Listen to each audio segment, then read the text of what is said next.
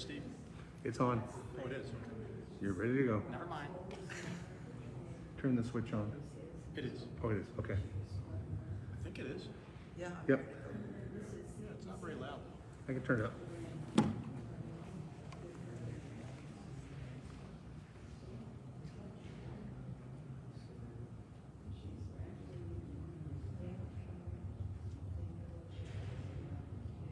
Drum roll, please.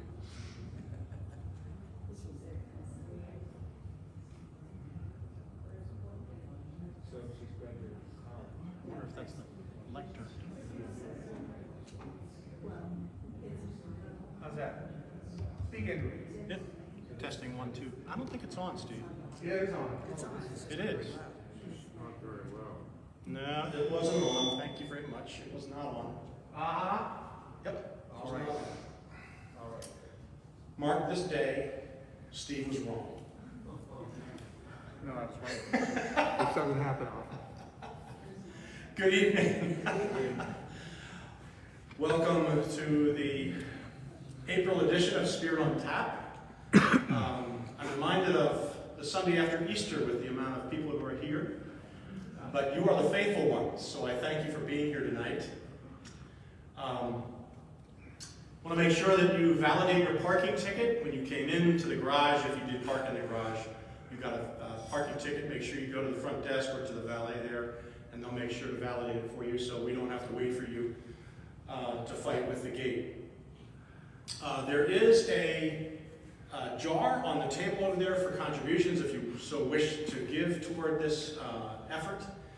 You're not obligated, but contributions are appreciated. We do have incidental expenses that we incur. There are flyers on your table.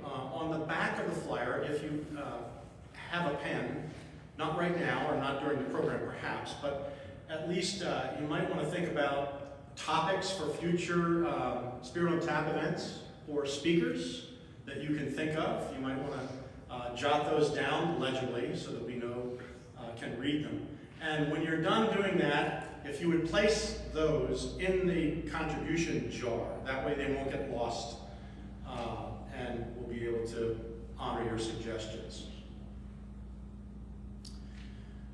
Our purpose is to gather together in a setting where challenging and complex current cultural and religious faith issues are shared and discussed. We're not here to judge, but rather to create a safe space for significant conversation. Please be respectful of others and the views that they share. There will be a presentation of 45 minutes to an hour, thereabouts, and the remainder of our time will be used for comments and questions. Although we want to encourage good discussion, please don't dominate the conversation to a point where others are unable to share their thoughts. If you have a comment, we only have one microphone tonight, so we've decided if you want to make a comment or a question, raise your hand and we'll honor you that way. You can just shout it out. And if you don't have a loud enough voice, ask somebody else to shout it for you. We believe if we can hold to this format, we'll all leave here tonight enriched. We'd also like to thank the Doubletree for their generosity in offering this venue for free. It's a great gift for which we are very grateful. Once again, I remind you that this was ranked the #1 Hilton brand hotel in the world. So not only did we have the distinction of being the poorest small city in the country, but we have the #1 Doubletree, or #1 Hilton brand, I should say, in the world. So feel free to order drinks during the presentation. You will not be rude if you get up and go back to the bar back there. She's anxiously awaiting you, and make sure to tip your server there well. They make our time here very enjoyable. I'd like to introduce at this time the Reverend Dr. Steve Onsman, who will introduce our speakers for the evening. Hey, you're the one who started.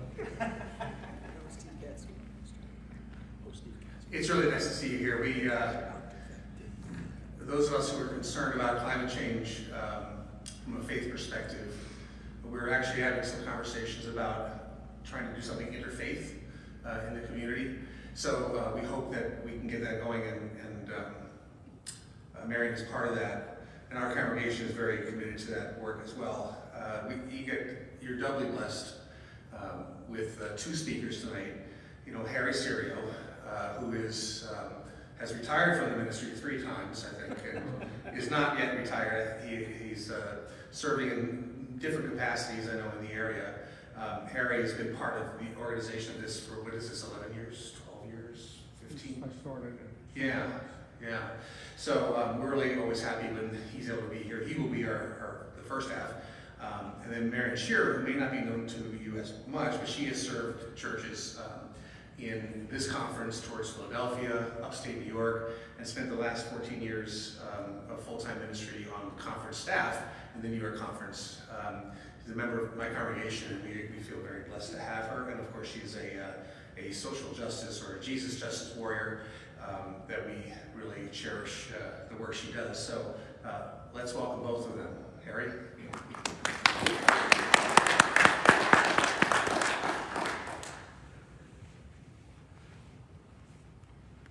Thanks, Steve. I was a little concerned that with the numbers that we normally have at Spirit on Town, that maybe the subject has gotten too jaded and people are losing interest in it. And that could very well be part of the problem. In 1969, there was growing awareness of an impending ecological crisis that was facing our planet.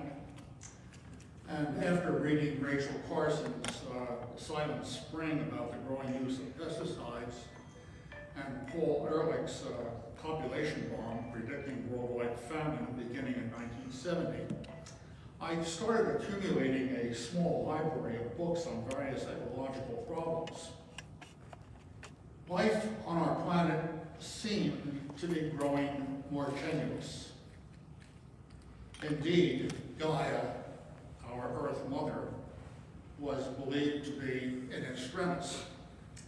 And one of the warnings of the ecological movement was, your mother is dying, and that she was already in need of hospice care. Senator Haywood Nelson helped initiate a national environmental movement and hired Dennis Hayes to coordinate the first Earth Day. I met with David Brower, who was head of Friends of the Earth in New York, and I signed on as a regional organizer for the Lehigh Valley, working through Penn Northeast Conference. The major environmental issues in 1970 were pesticide pollution, wildlife habitat destruction, use of fossil fuels, and population growth. And as a result of the massive protests of that first Earth Day, the federal government enacted many laws and regulations addressing the problem. But apparently it's not enough.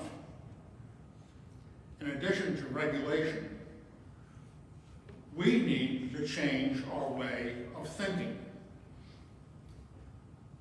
Today, climate change is affecting the entire planet, from the reduction of the Earth's lungs in the Amazon basin to the extinction of thousands of species over the next 10 years.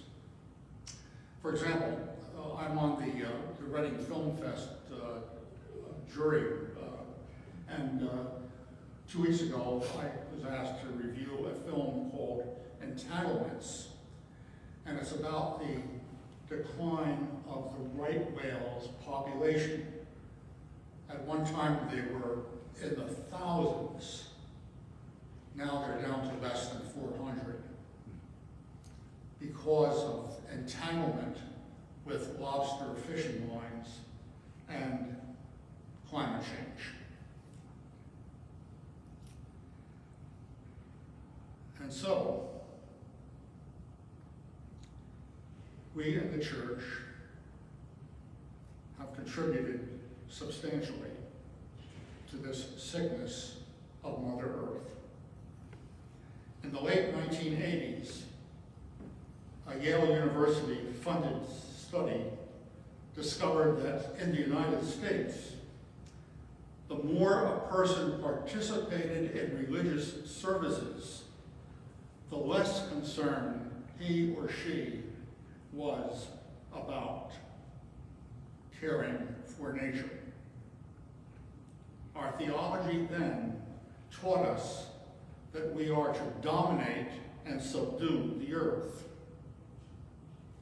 Now we need a new theology, a creation-centered spirituality that focuses on the other story of creation. Remember that Genesis has two stories. Too often we have focused on the first one, where we are to dominate the earth, but we now need to focus on caring for the earth. And that has begun to happen.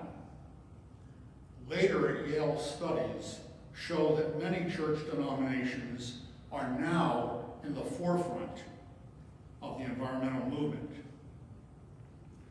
But we need to regain a theology of the sacredness of the earth.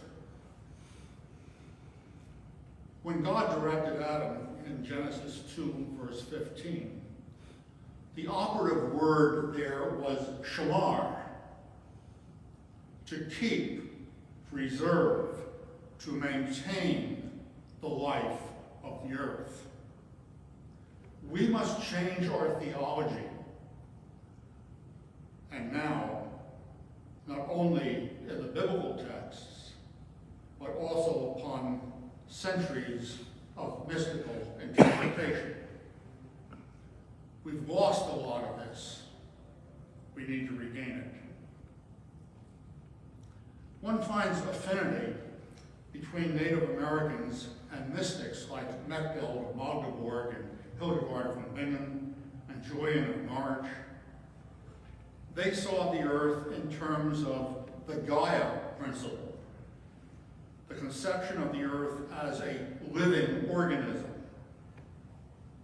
Humans must stop being an infection on the planet, but return to our original role as stewards and partners with God in the maintenance of the world. Listen to these words from Hildegard. She declared prophetically in the 12th century, "The earth should not be injured. The earth must not be destroyed. As often as the elements of the air are violated by ill treatment, so God will cleanse them. God will cleanse them through sufferings and the hardships of humankind. All creation gives to humankind to use. But if this privilege is misused, then God's justice permits creation to punish humanity."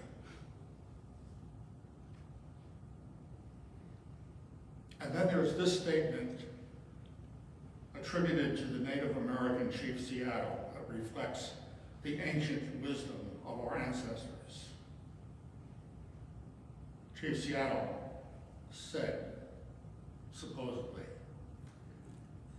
"Every part of the earth is sacred to my people. Every shining pine needle, every sandy shore, every mist in the dark woods, every meadow, every humming insect, all are holy in the memory and experience of my people. The rivers are my brothers. They quench our thirst. They carry our canoes. They feed our children. So you must give to the rivers the kindness that you would give to any brother. Remember that the air is precious, that the air shares its spirit with all the life that it supports. The wind that gave our grandfather his first breath also receives his last. The wind also gives our children the spirit of life. Will you teach your children what we have taught our children? That the earth is our mother? What befalls the earth befalls all the sons and daughters of the earth. This we know. The earth does not belong to us. We belong to the earth. All things are connected like the blood that unites us all. We did not weave the web of life. We are merely a strand in it. And whatever we do to the web, we do to ourselves. This thing we know, our God is also your God. The earth is precious to God, and to harm the earth is to heap contempt upon the Creator. So to all American Indian tribes, earth was sacred. And among all the ancient religions, the gods of creation were most important.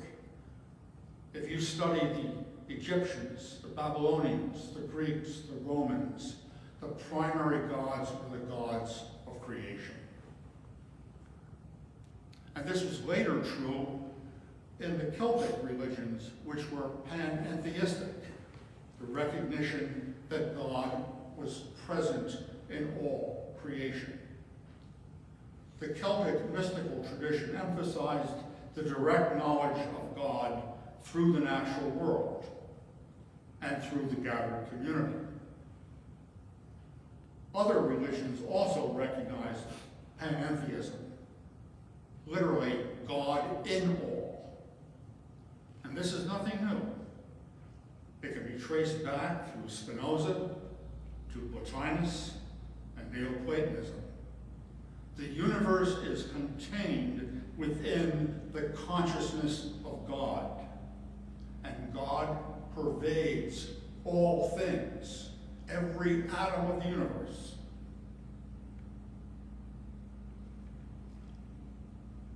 The Iranian philosopher Syed Hossein Nasr calls for the resacralization of nature.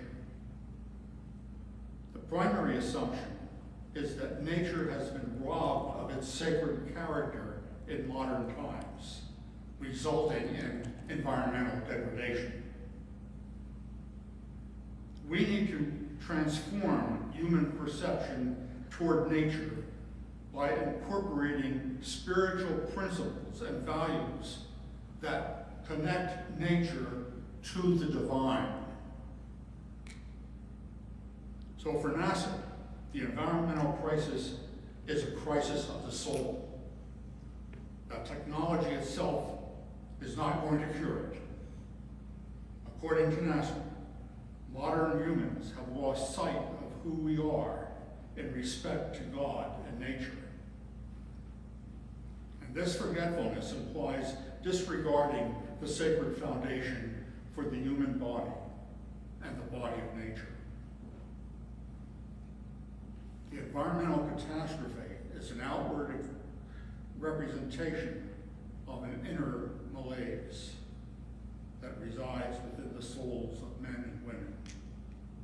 People who have abandoned heaven for earth and are now on the verge of destroying it. So for Nasr, spiritual imbalance is the primary source of our environmental problems. And to resolve this problem, he investigates the perception of various religions on the order of nature, and he urges modern individuals to perceive nature as a sacralized perspective. So where do we begin our understanding of the implications of creation spirituality? One of the starting places is to recapture the mystical. When we mentioned Matthew Fox, or creation spirituality, Matthew Fox is probably the articulator of that philosophy within Protestantism. I had the opportunity of meeting with Matthew Fox on 2 or 3 occasions, and I conducted a creation spirituality retreat and workshop several times here in Pennsylvania, based upon his writings. But one of the starting places to recapture the mystical, Matthew Fox calls this failure a scandal of Protestantism. He says that we are out of touch with 33% of what inspired Martin Luther's prophetic criticism of the Western Church. The book that Martin Luther himself admits accounts for 1/3 of his theology is the Theologia Germanica, a 14th century spiritual work right out of the Rhineland mystics, whom I mentioned, Hildegard, Mechtel, Julian. In his small catechism, he says that there are 3 articles of the Christian faith: creation, redemption, sanctification. We have leaped over the first issue. We don't know the mystical tradition of the West. We have repressed the mystical, and as a result, we have lost its fire. It is the mystic who is responsible for much of creativity. Carl Jung said, "Only the mystics bring what is creative to religion." So the thing that I want to leave you with this evening is that in order to save the earth, we must change our way of thinking and bring creation theology into our consciousness. And I'm going to leave it to Marianne Shearer to tell us how we're going to do that. Yeah.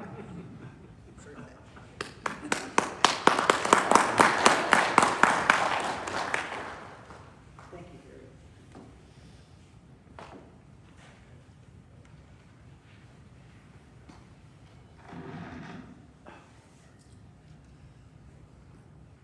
Thank you all for coming out. It's lovely to see you. I need to stand here because I need to be connected to my laptop. So if you can't see the screen behind me, feel free to move around. And I must admit to you that this is the first PowerPoint I've put together since I retired 7 years ago. So it's a whole new system on a whole new computer, and so if there are little things in there that look like they don't belong, I haven't figured out how to get rid of them yet.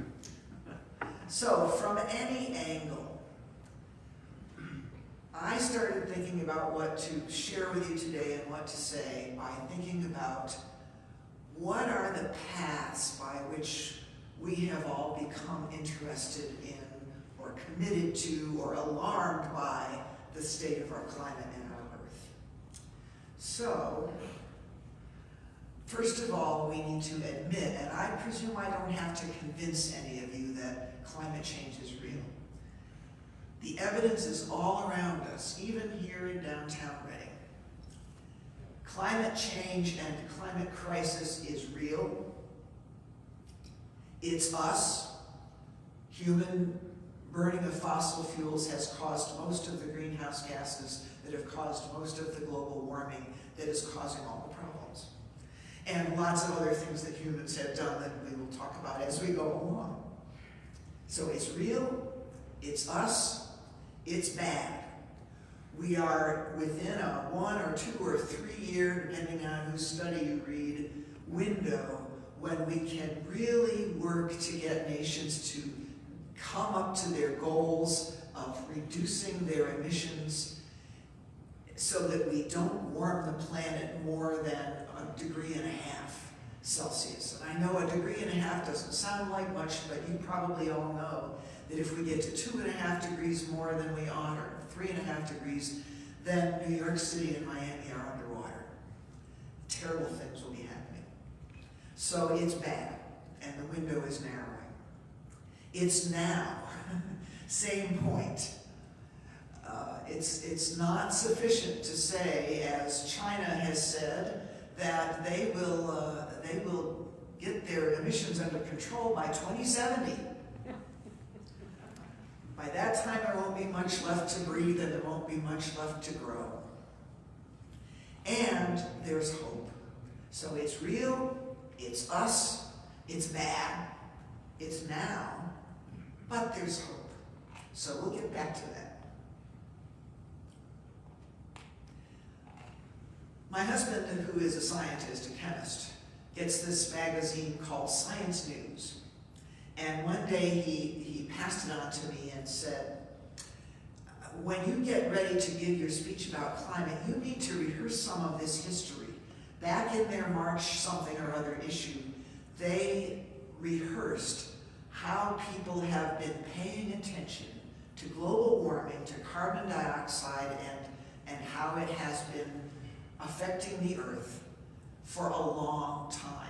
We may think this only sort of got discovered in 1970, but the first thing I have written down here, Eunice Newton Foote, a woman scientist who knew there were any in 1856, observed that an atmosphere of carbon dioxide would heat faster than an atmosphere of just the usual things that are in the air. She put two bell jars. She put only carbon dioxide in one. She put regular air in the other.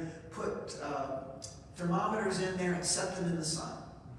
And sure enough, the one with only carbon dioxide heated more and heated faster. 1856. In the early 1910s and 20s, people were beginning to wonder about pollution and about the effects of all that coal dust that was being burned and the effects of the steam trains and so on. In 1956, a fellow named Charles David Keeling began recording the atmospheric carbon dioxide at Mauna Loa in Hawaii, also in the Arctic Circle. But the Arctic Circle machines broke down after a while or froze or something, but the ones on Mauna Loa are still measured.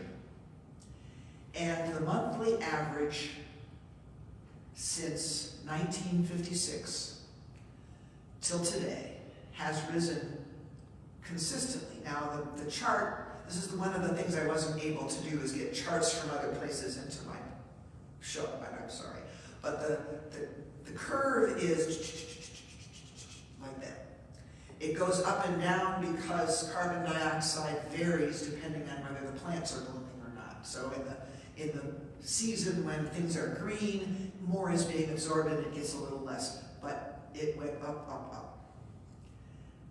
There are other similar studies that we've been able to look at, we've had at hand, but haven't really looked at and put it all together until more lately. And then in 2001, Michael Mann, who is a scientist who was at Penn State for a long time, made another graph of temperatures in the world based on the rings of trees. And his graph went up and down because there was ice ages and then there were warmings and so on. And so the people who say that our current situation is just one of the normal cycles, there are normal cycles, but our current one is much faster and much bigger and much wider. So Michael Mann's graph is, and they call it the hockey stick graph. Because in the last 10, maybe 20 years, suddenly average temperatures over the whole Earth have increased amazingly. And you know, if you read the Reading Eagle, that the average temperatures for Berks County for the last several years have been rising. And that every month is the warmest March or the warmest February on record. And that over and over again, we are seeing the evidence that places are warming up. So what causes you to care about climate change? What's your look? What's the thing that got you either to come out tonight or to pay attention to this other places and times, or to invest in good technology, or to buy a Prius, or to be careful about recycling, all of the things that we do, or to speak to our legislators and our rulers and our neighbors. What is your hook? For me, one of my hooks, and I'm going to run through a bunch of them, is my faith. And not only because, as Harry pointed out, we've lost some of our sense of the sacred about the earth, and we've lost some of our sense of stewardship, which is right there in the Bible, but because I care about my neighbors. And the more I learn about the climate crisis, the more I learn that our neighbors, the world around, are suffering from the effects. Neighbors who get flooded out by intensified storms, like people in Hamburg a couple of years ago. Neighbors who fled the drought in Somalia, or you name the place. Tsunamis in Bangladesh. Wildfires everywhere. Right now, Colorado, right? Or New Mexico. I guess it's New Mexico and Arizona. Forests so dry because of drought that when the warm winds come in and somebody lights a campfire, we lose hundreds and thousands of acres. Neighbors who live near the refineries, who live near the chemical plants, who live near the fracking wells, who live near the waste dumps. And they, of course, are not the rich. As we learned in Sociology 101 a long time ago, the rich build up the hill and the poor live at the bottom. Our neighbors who have been ill-treated by how we have organized our manufacturing and how we have dealt with our wastes. Think of Love Canal, where the Hooker Chemical Company dumped God knows how many thousands of gallons of toxic waste, threw a little dirt over the top and sold it to the city of Niagara Falls, who built a school and a bunch of houses. And you may remember some of that story. One of the good news, pieces of news for us to keep in mind as we think about all of this, is that Love Canal came to the public's attention because one woman, a mother in that neighborhood, Lois Gibbs was her name, she was a member of one of our UCCs in Buffalo, stood up and yelled until she was hoarse. She brought those toxic dumps to the attention of everyone until finally, Hooker admitted some of its responsibility. The whole place was closed down and now has a fence around it, and people were removed. Not until a great many children had been born with defects and a great many people had come down with cancer. Our neighbors in Africa, where global warming has changed the growing seasons. There used to be 3 growing seasons in a good many parts of Central Africa, so you could have 3 crops in a year. Now, because of the extended warming, there are only 2 in many places, and 2 crops isn't enough to feed your family. Our neighbors in the coal mining communities, where the future looks pretty bleak, because no matter how hard former President Trump promises, coal is not coming back. It's going to continue to reduce until we don't use any anymore. And for me, sooner rather than later.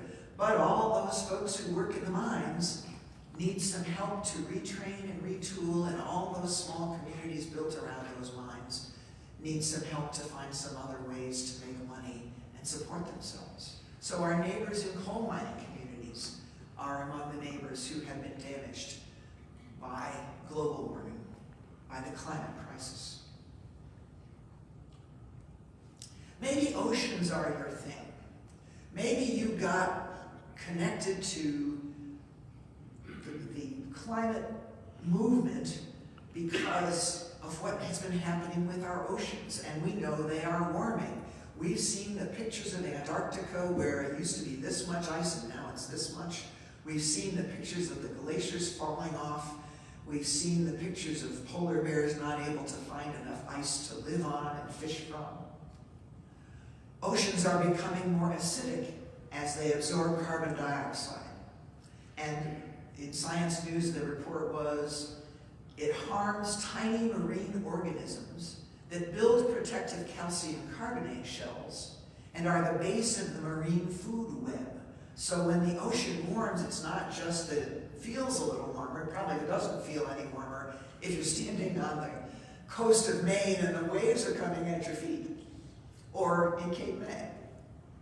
But it warms up the whole production of the whole ecological system that provides the food chain for all the creatures in the sea.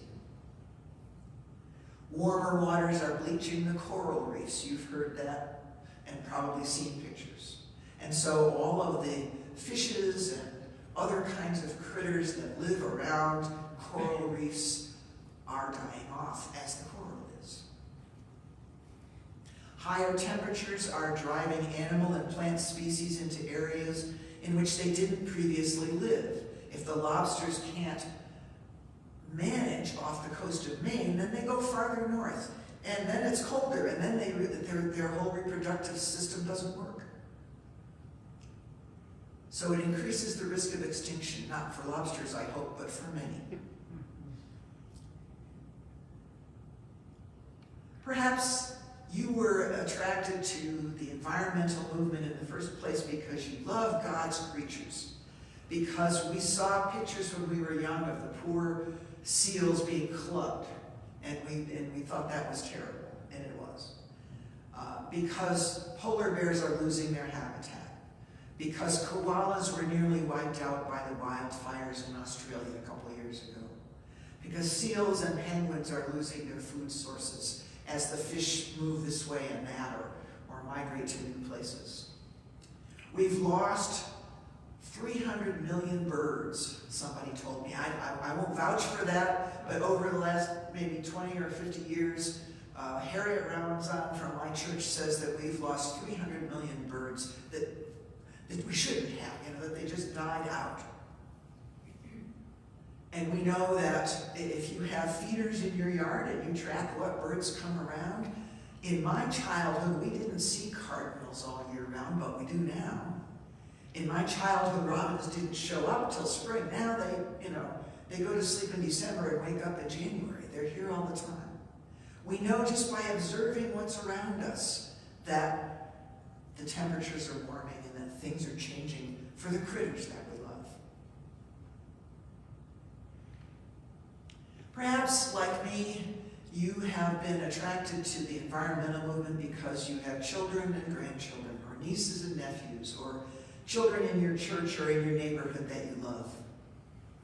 And you, like me, want air for them to breathe and water for them to drink, blue skies, trees and flowers, animals, and a functioning ecosystem so that they can have food to eat.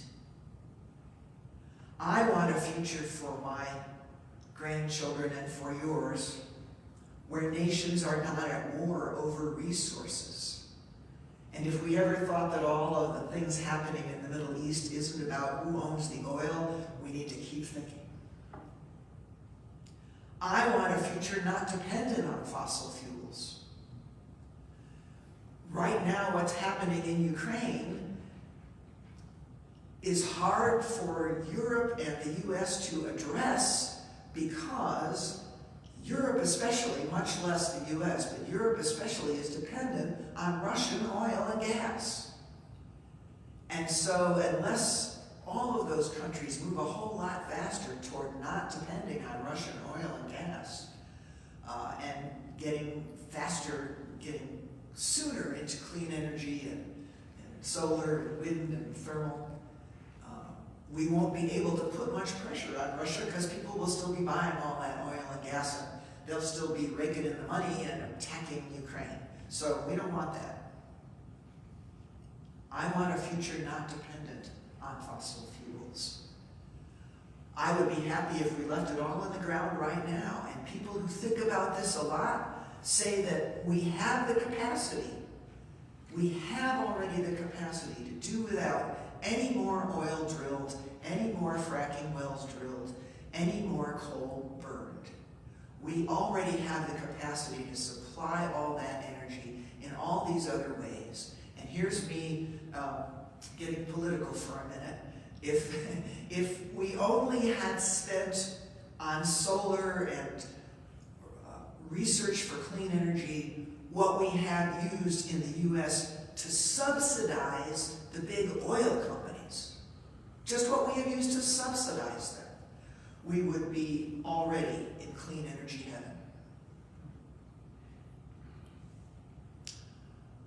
I'm attracted, perhaps you are, to the environmental movement because I like to eat. Global warming interrupts the food chain by making the seasons warmer and wetter or shorter and colder. Farmers are not adapting soon enough to sustainable farming, although we have a wonderful example up the road at the Rodale Institute, how to do sustainable farming. So that's one of the good news, that's one of the causes for hope, is that there are places where people are really trying to do better. Farmers are not adapting soon enough to sustainable farming techniques, and the crops we depend on may not be growable where and when we expect them anymore. What's going to happen when in the Midwest there's not enough sunshine and whatever it takes, wind and dry weather, to grow all that wheat and corn that we depend on? Can it all be grown in Canada instead, where it's still cool enough? Can we find other crops to sustain ourselves? There are going to be big changes. And then there's the distribution system and the use of cash crop farms where people should be growing their own vegetables and their own cattle and their own goats and chickens and eggs. Instead, all over Central America, forests are being chopped down and land is being bought up so that big producers can raise the cattle for the hamburgers at McDonald's. So one of the things we can all do is eat less red meat. It's true. This is true. And instead of, factory farm coffee, we should have shade-grown coffee. And instead of corn that's been so genetically modified it's hardly recognizable anymore, we should have other kinds of corn. Although my husband, the chemist, says that we've been genetically modifying food by breeding it for thousands of years, so really we shouldn't be so scared about that. And I care about the movement for climate reconsideration because I care about justice in the world. It's kind of the same way about caring about our neighbors. Science News reported that at the 2021 UN Climate Change Conference in Glasgow, COP26, India was globally criticized for not committing to a complete phase-out of coal. Although the top two emitters, China and the US, China and the US have themselves not committed to phasing out coal. We're busy criticizing India, saying, you didn't say you would phase out coal, you just said you'd back off a little bit. But the US and China didn't make any big commitments either to phasing out coal. There's no equity in this. One of the hazards of trying to reduce the energy that we use and see that it gets used well and raised fairly and bought at fair prices and all of those things that we assume the market will do for us. One of the hazards of that is that it doesn't do it with great equity. There are always places where someone is charging more or charging less, polluting more and charging less for goods. All of the kinds of inequities between countries and between richer and poorer.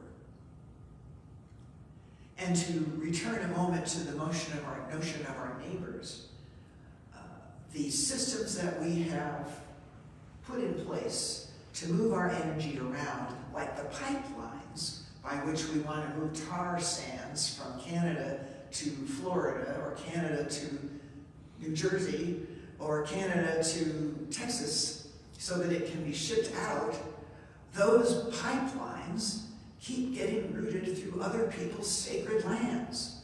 and past communities where a spill of that stuff would be disastrous. And yet, the companies that insist that this all happen aren't looking at those factors at all. They've lost, as you say, Harry, the sense of sacredness of anyone's land. There's no equity in insisting that other nations do better when we haven't done better ourselves. And I care about the environment because I care about the mental and physical health of all of you folks and everybody that I know and everybody else. You can't read it very well, but it says, global warming contributes to higher rates of asthma and pulmonary issues because of wildfires, pollution, methane, smog inversions, flooding, and probably 6 more that I didn't list. And we all live with heightened anxiety about the present, the stress of loss when our families are affected by the intensified natural disasters, and the fears about the future. We are all affected mentally by that. And COVID has just demonstrated that to us big time, has it not? Are we all not tired of worrying about COVID? Are we all not sick to death of thinking about whether we have to wear our masks or not, and are we close enough or not, and have we had enough shots or not, and how are we going to deal with our relatives who simply refuse to get vaccinated because, I don't know why, they had their kids vaccinated when the kids were young against the measles and mumps and everything else, but at this point in their lives they're saying, no, we don't trust what's in vaccines. I don't have anything but a head slap for that. But all that worry and all that anxiety affects our mental health. And all of that conflict with people we love affects our mental health. And that's true of COVID and the pandemic. It's true of our environmental issues. So whom do we address for solutions? We can address ourselves as individuals, and there's lots of things that we all can do. And you've all read the 10 best things you can do, the 6 easiest things you can do, the 3 absolutely necessary things you must do as individuals. And it's a good thing to do those things. We need to change our light bulbs and do our recycling and drive vehicles that don't use as much gas. We need to do all that stuff because it's a good example, because we need to have that kind of integrity, each of us, and because it does help reduce global warming some. But even all the things that individuals can do within our own families is a tiny percentage of what we need to do to not warm up more than another 1.5 degrees. So, the myth of individual responsibility has origins in 40 years of the creation of the social order fixated on individualism from the Reagan era onward. It's a messaging strategy that has reshaped how the public views the climate crisis.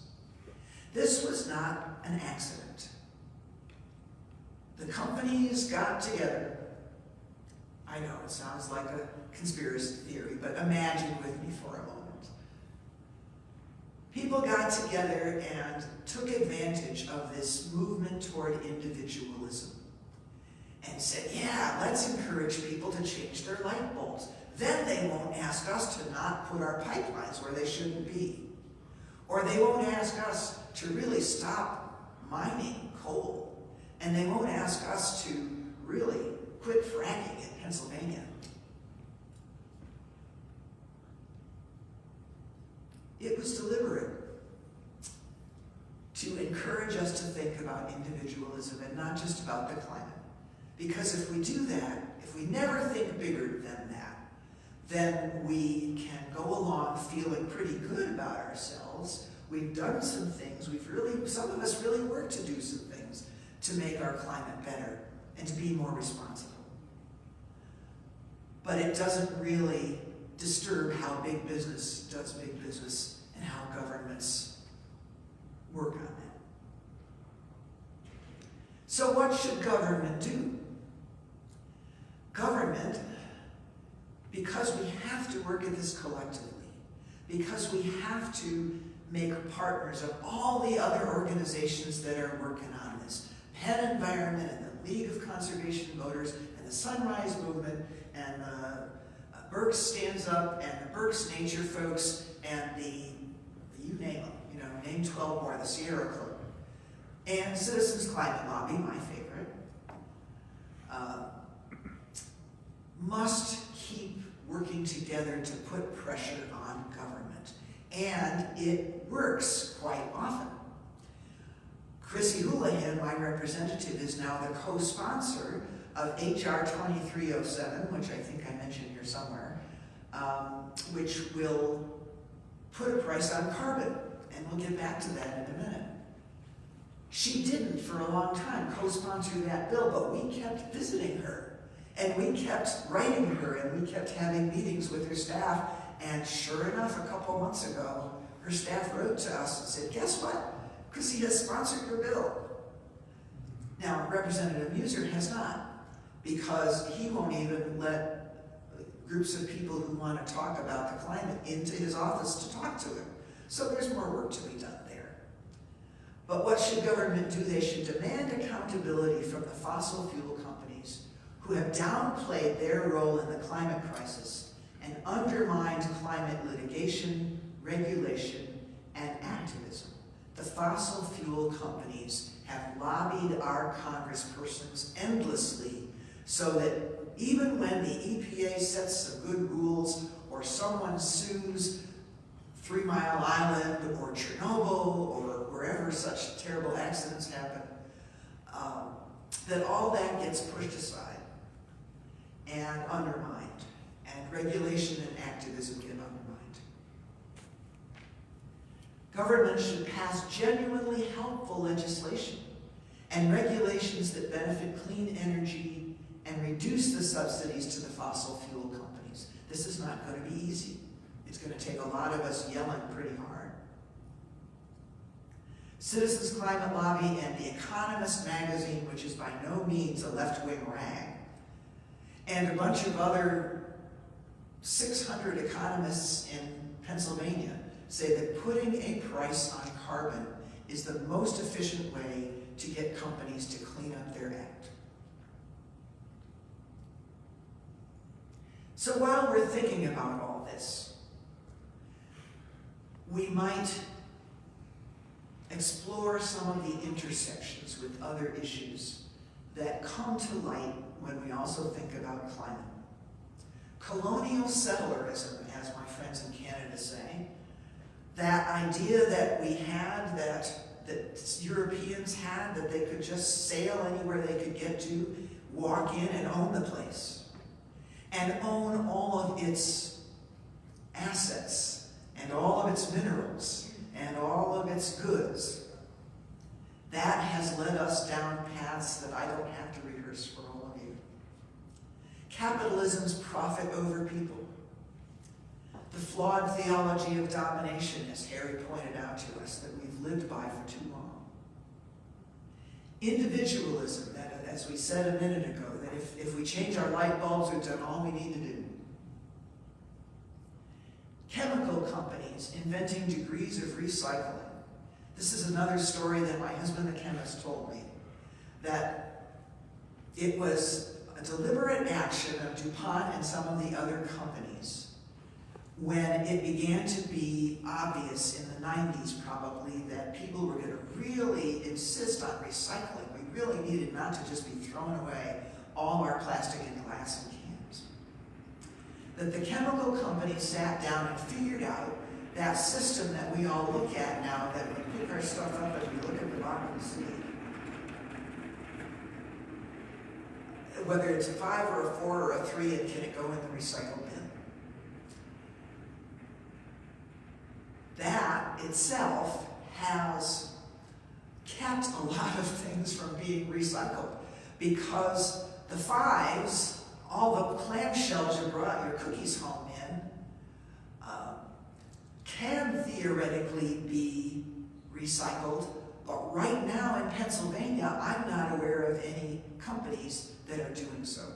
So it gets sifted out of the stream of waste and thrown in the landfill. Or burned, which is probably worse. So the degrees of recycling themselves have not really been effective in helping stuff get recycled. It's only been effective in making us think we were doing something about it.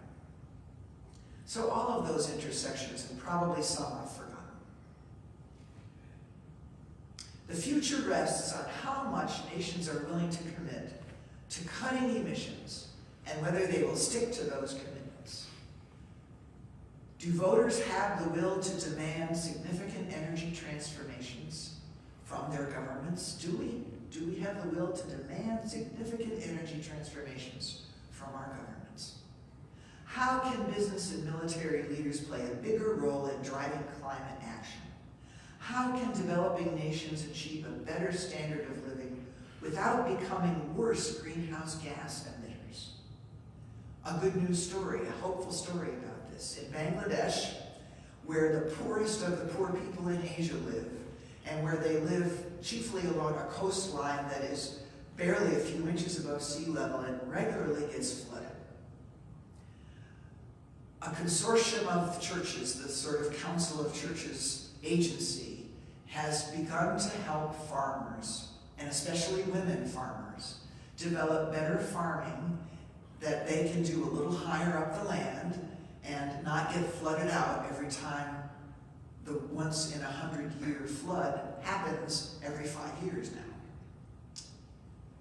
It took a consortium of folks, and it took all the folks, all those farmers themselves being willing to come and learn and do the work. That kind of thing happens all over the world, and it's a little bigger than an individual, and it's hopeful. And one more time from the article that I'm liking to quote here. Individualizing responsibility is an insidious weapon within the fossil fuel industry's arsenal. By obfuscating the reality of the climate crisis, it has exacerbated climate consequences and caused long-term damage to climate justice efforts. So again, we need to do all the things that as individuals and families we can do. It's good for us, it's good for being a good example, it makes us good neighbors, but it is not enough. It is not enough to solve the climate crisis. Among the resources we have to do some of this work is HR, I think 2037 is the right number, but I'd have to look it up. The Energy Innovation and Carbon Dividend Act, which would put a rising price per ton of carbon dioxide at the generation points, so at the mines and at the refineries and at the wells. Companies would have to pay, starting in one scenario, $15 per ton, rising to $30 per ton the next year and $60 the year after that.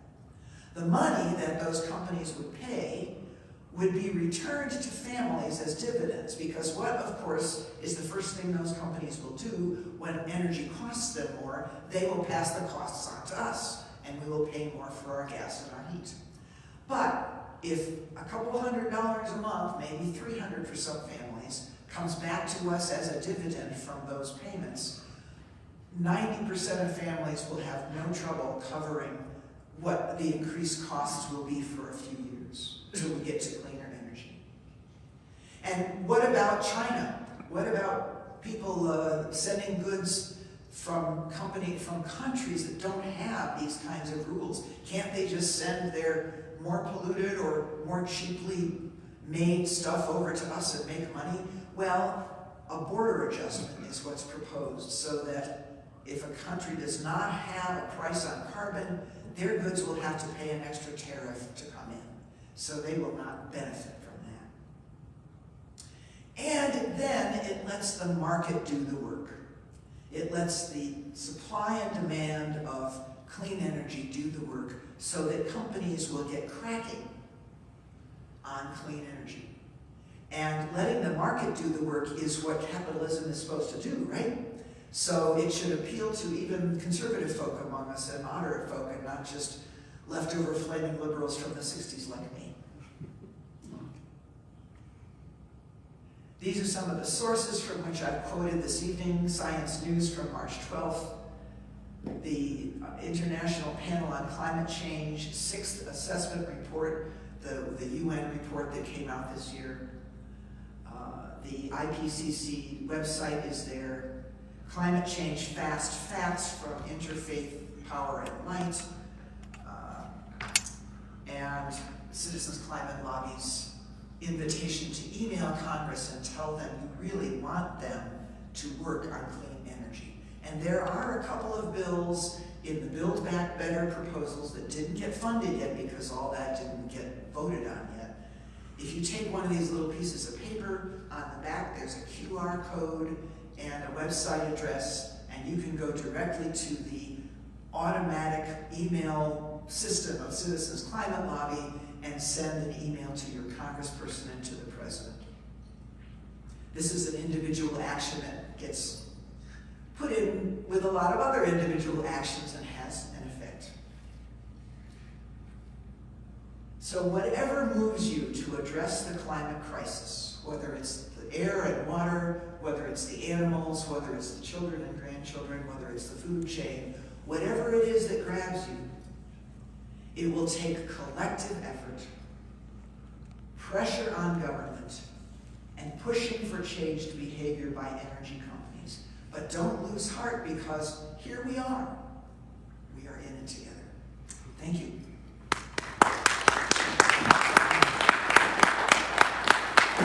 So Questions? Questions, comments? Anybody I else guess want the two of you should stand up here if you have questions. Can I ask the one I got online first, and then we'll go to you? Thank you. Bruce May asked this question. Oh, bless his heart. Yeah. He says, what is the driving force that brings many more fundamentalist Christians to believe that climate change is not a legitimate threat to our world?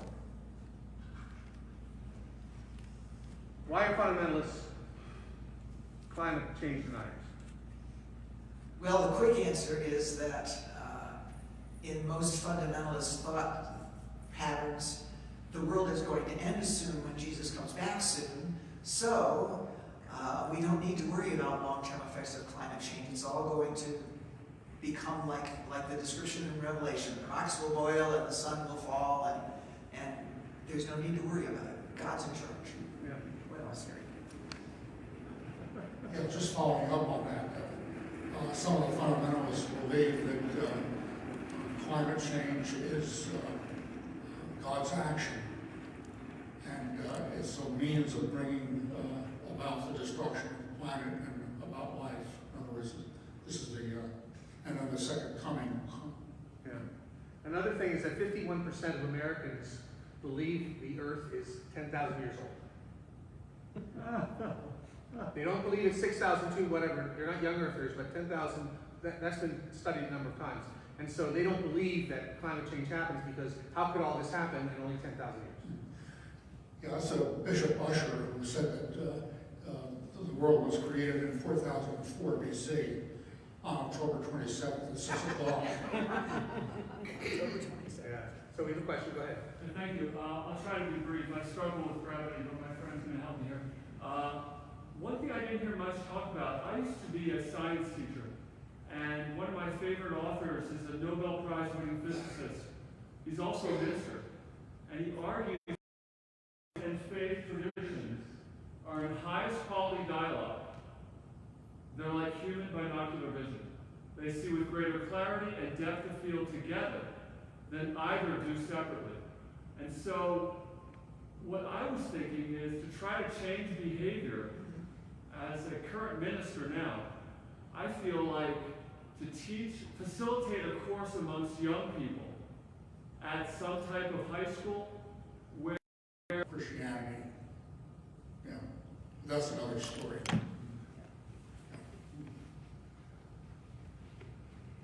You make exactly the right point. You know, we need to do faith and science together. For me, however, I don't see them as two binoculars. I see them, for me, faith encompasses science. I think God created all that wonderful I think that's what you stuff meant. in our minds, you know, that we would keep discovering and keep discovering. God intended for us to keep discovering and keep learning. So I don't see them as separate things, but as it's all one piece. To his credit, I don't think Paul Kinghorn really meant it that way either. I think that's Yeah. more of a mistake in the way I presented it. But if, you know, anytime we can encourage folks to learn science and understand it as part of God's plan and God's creation, let's do it, absolutely. Well, for what, last thing I'll say, I promise, on the stack of Bibles. I was serving a church in Western North Carolina, and for what sort, I thought being a minister was going to be a piece of cake. I served a group of human beings, and God bless their souls. They were all but offended when I mentioned the idea that some of the Bible may not be literally true. That it's got to be, there may be some symbolism in it. And they thought when I mentioned the Paul Kinghorn quote, anyway, Yeah. I need to obviously let that go, but God bless them. But it was a hard experience, I'll tell you.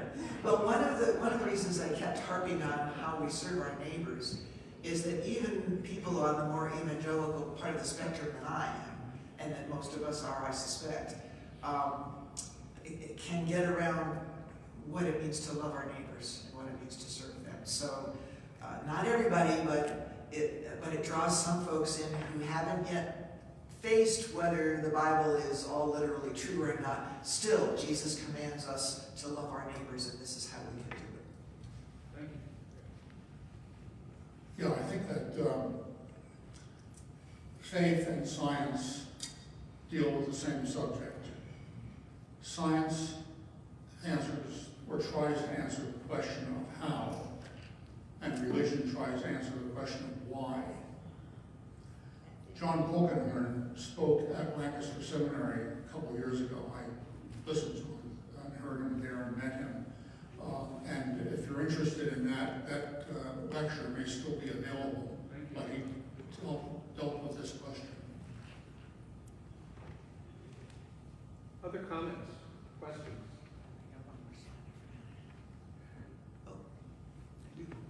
Your individual actions, while admirable, need to be backed up against collectivism, particularly collectivism that calls fossil fuel companies to account. Ta-da. End of show.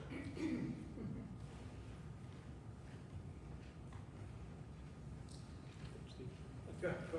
I think that the carbon tax, a lot of people misunderstand it.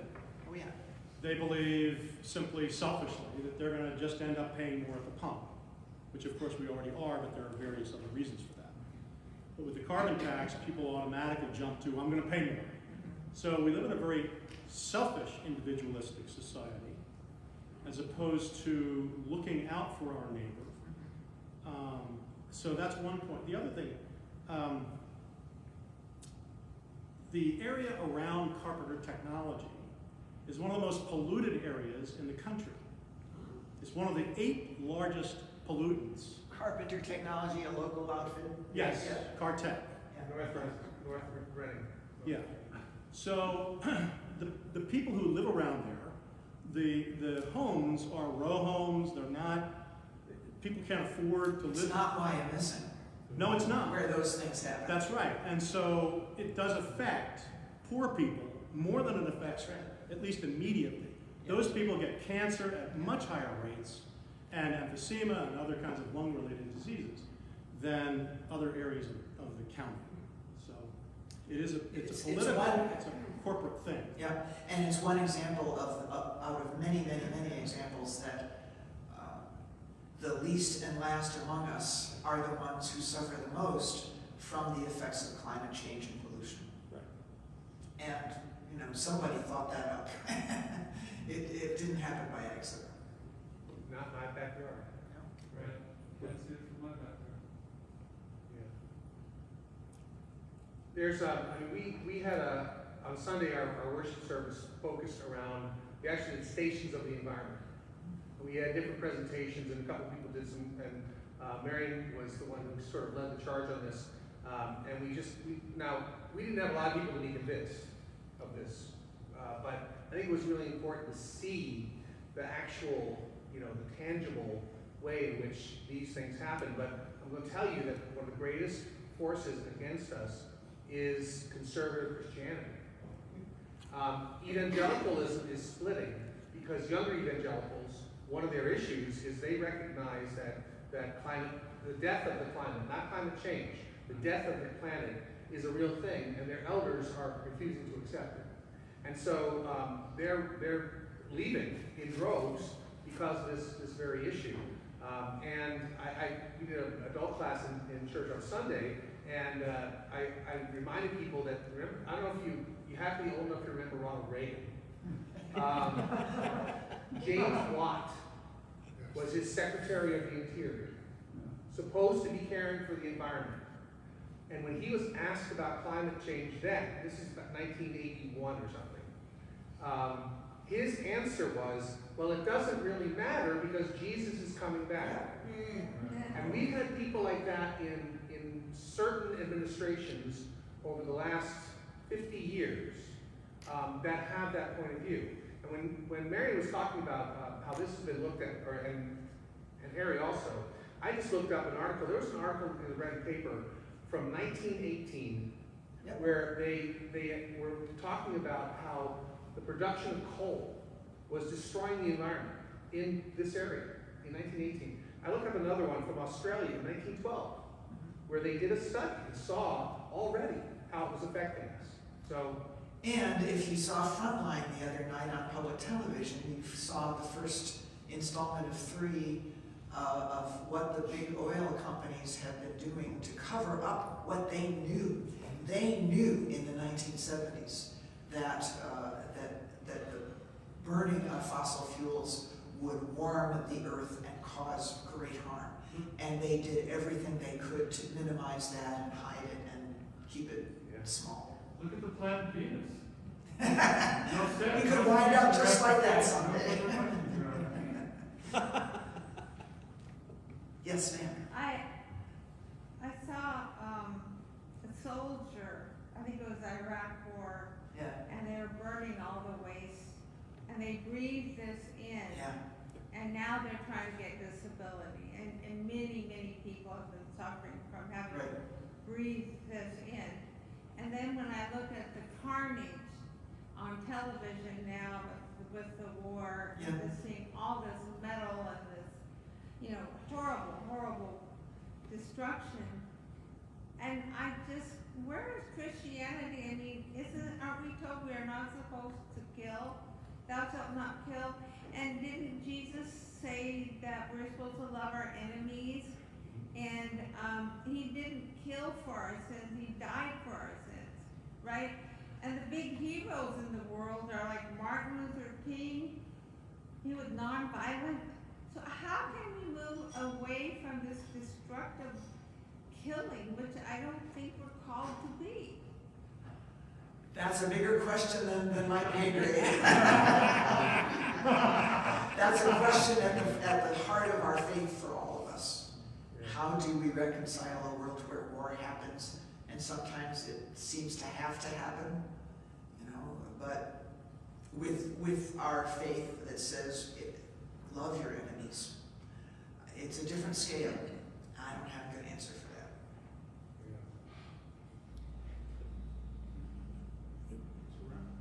that. Just nuclear power. I decided not to try to. I don't want to get into the ethics of nuclear power, but we have nuclear power. We have, yes.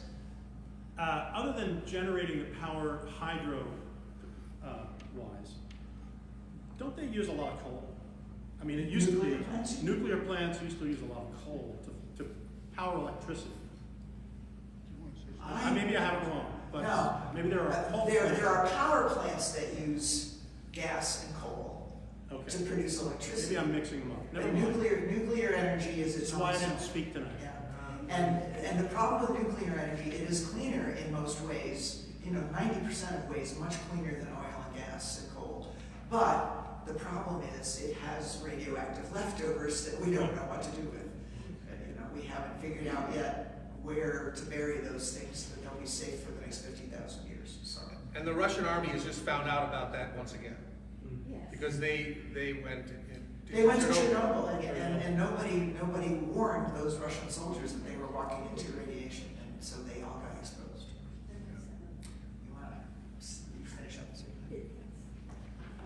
Well, if there are no other questions, I'd like to thank all of you for coming, and thank you for your interest in this very vital topic. Just a reminder that if you have any suggestions for next year's programs, write them on the back of the flyer there and deposit that along with any donation you care to make. And if you're not on the mailing list, don't forget to sign in. And now Steve will say something about next month's program. And also, even though we validated all of you, take your tickets and have them validated up front. I say that once a year. All right, so next week, who here has heard of Cafe Esperanza? Some of you have, yeah, good. It's a project that I got involved in very early on that was started by Mary Wolf, who's the pastor of Hope Lutheran Church in Reading. And it's part of an actual larger consortium of restaurants. It's a pay what you can restaurant. And John Bon Jovi, for example, I think has 3 of them, and actually works at some of them as well. And so basically it's a way in which folks who have enough can spend what the meal is worth or more, and folks who don't have enough can go in and get something for $1 or nothing if they have nothing on them. And our church and other churches purchase little wooden tokens and give them out so that we give them to people when they come for food, and then they can take them and get lunch. It's a wonderful program. It took us forever to get this thing going because of the pandemic. We have to keep putting it off, but it's up and running and doing really, really well. So she's going to be here talking about that. The information is here. We have plenty that you could put your suggestion on the back and take another one with you.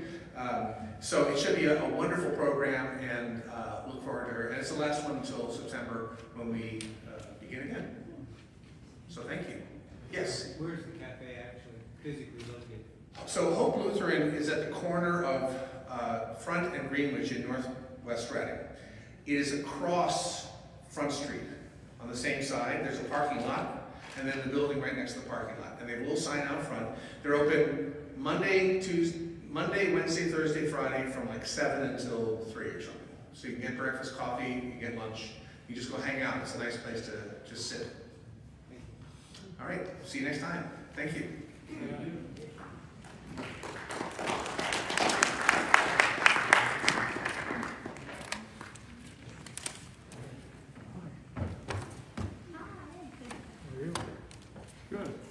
Providing the equipment? Sure. We got it all to work as it was supposed to? No, that was good. Worked good. Guess I took my stuff home.